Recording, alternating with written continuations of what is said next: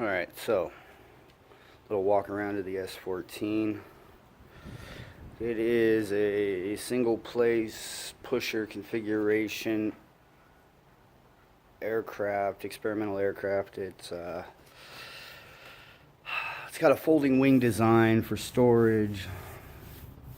This particular one was built roughly in 2000 and never flown, really. I think it had 49 hours on the hobs when I got it, and everything is original from the original construction, or from the original builder, except for those fog lights down there. Those are tight. I put those on there, and yeah, and the decals, of course, I made them. And it came from Rands. I gave Rands the serial number and I asked them if they had any information on it, and they sent me back an email and they said that this particular model was purchased with a 503. And as you can see, this is not a 503. This is a 582 Bluehead, and it has 8 hours on it, as far as I can tell. And yeah, because that's what the tiny tag says it has. I haven't had this airplane very long, but when I got it, it had 1 hour indicated on the engine, so I was pretty excited. And original fabric. It is covered in clear coat, and it shows it's original. When I found it, it was on Craigslist, of course, down in Oregon, and it was in a barn.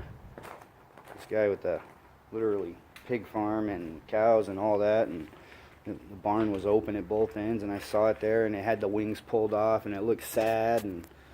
But when I saw it, I knew that there was money spent on this particular model. Whoever put this together put it together with the best of what they had available at the time, which is still the best today in industry standards as far as disc brakes and the Rotax, dual carb, dual ignition, Bluehead. When I got it, of course, I did all new lines, throttle cables, splitters, spark plug wires, wire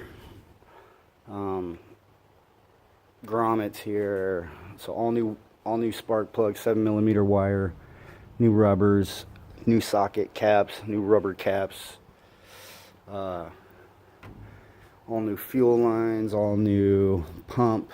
Make sure you get the one with the weep hole in it. I don't know if it'll see that little hole right in the bottom of the vacuum line. Make sure it has that weep hole in it. Let's see if I can point to it. Right there on the left of my fingertip.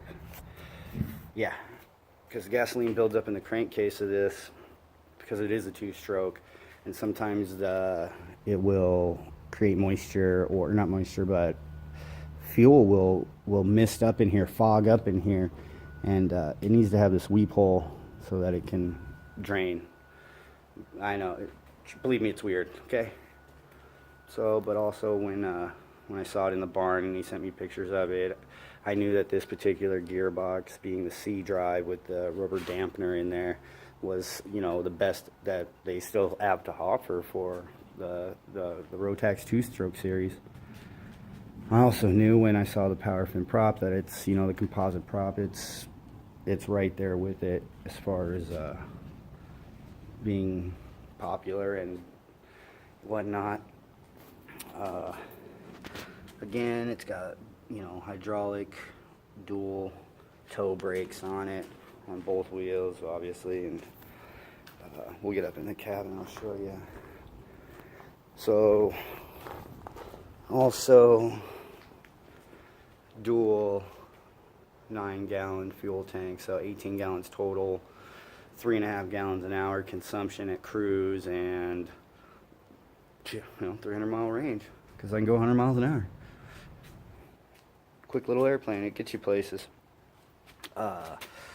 4-point harness. I did not like the one it came with, so I got it on Amazon, being experimental. Bada bang. Ordered me up a little set. They had some with shoulder pads, but I didn't want to be too bulky. Still has the Cessna style trim wheel for elevator trim. The instrument panel is basic in construction with chest, RPM, altimeter, CHT, ELT, exhaust gas, Hobbs voltage, and dual fuel tanks. So it's got dual gauges, airspeed indicator. I put my tablet in the middle, so it's like a little moving map on there. So it's kind of neat. Down here, the hydraulic toe brakes and the Odyssey 925 battery. My suggestion for any two-stroke Rotax engine is the Odyssey 925, because it cranks hard in the winter, cranks hard in the summer. Never had a problem. All steel construction. Let's slide that up. It's dirty, very dirty bird. Voltage regulator, electric flaps. Let's see, we got main power and pump and fog lights or landing lights. Anyways, electric flaps. I used a linear actuator, and they have limiting switches and at both ends of the throw, so, and I can stop it anywhere I want. So it's, and then when it hits the end, it stops all on its own, which is cool. Also off of Amazon. And we'll go ahead and fire it up. Let me set this camera down over here and see if I can't get a shot of it firing it up. I just put a new fuel primer pump in it, so I was pretty excited today, because the other one went tits up. So clip prop.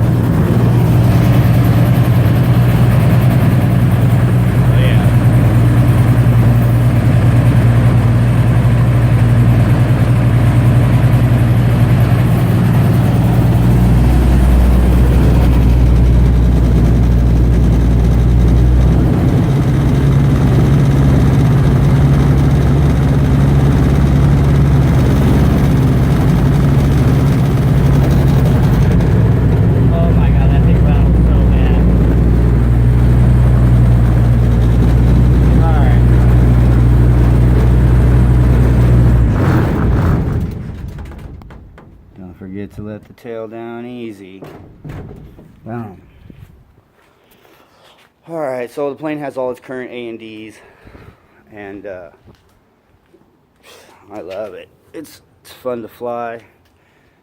It is a fast airplane for a pilot who has zero lessons or zero time behind the wheel of an aircraft. Do not suggest it as your first aircraft, trying to learn on your own. But, you know, once you get a couple hours, just a couple hours makes all the difference. But this plane will come in, it'll slow down, probably to 45. I wouldn't bring it under that. I landed 60 indicated, so. But I rotate it 55. But it's no different than a Cessna, and it'll go places, so that's the walk around. Cheers.